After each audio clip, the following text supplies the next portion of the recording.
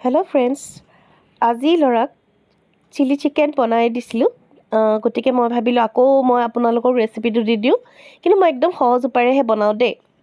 প্ৰথমে চিকেনখিনি ধুই তাত কৰ্ণফ্ল'ৰ, কাশ্মীৰী মিৰ্চ, নিমখ অলপ আৰু ভিনেগাৰ লৈ সানি ধুনীয়াকৈ মেৰিনেট কৰোঁ। আৰু মেৰিনেট মই 1 ঘণ্টা বা 45 মিনিটছ ৰাখোঁ দেই। এখন ঢাকোন মাৰি ধুনীয়াকৈ ৰাখি দিব।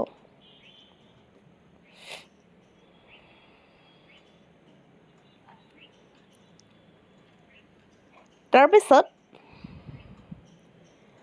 যোগাৰখিনিৰ কাৰণে কেপচিকাম, পিঁয়াজ, আদা নহৰু পেষ্ট আৰু বিলাহী ৰেডি কৰিলোঁ। আৰু ইফালে 45 মিনিটছ হোৱাৰ পিছত চিকেনখিনি মই তেলত ভাজি লৈছিলোঁ।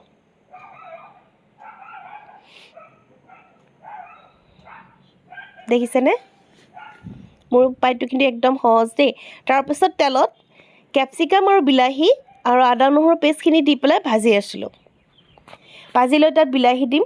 বিলাহী দিয়াৰ পিছত আপুনি নিমখ অকণমান দিব পাৰে, কাৰণ অলৰেডি মই নিমখ চিকেনখিনিত মই দিছিলোঁ মেৰিনেট কৰোঁতে। তাৰপিছত চিকেনখিনি দিয়াৰ পিছত আপুনি চয়া চচ দি দিব। চয়া চচ দিয়াৰ পিছত এনেকুৱা হ'ব আৰু মোৰ চিলি চিকেন ৰেডি। এয়া ল'ৰাৰ বাবে আজি ৰেডি কৰি দিলোঁ।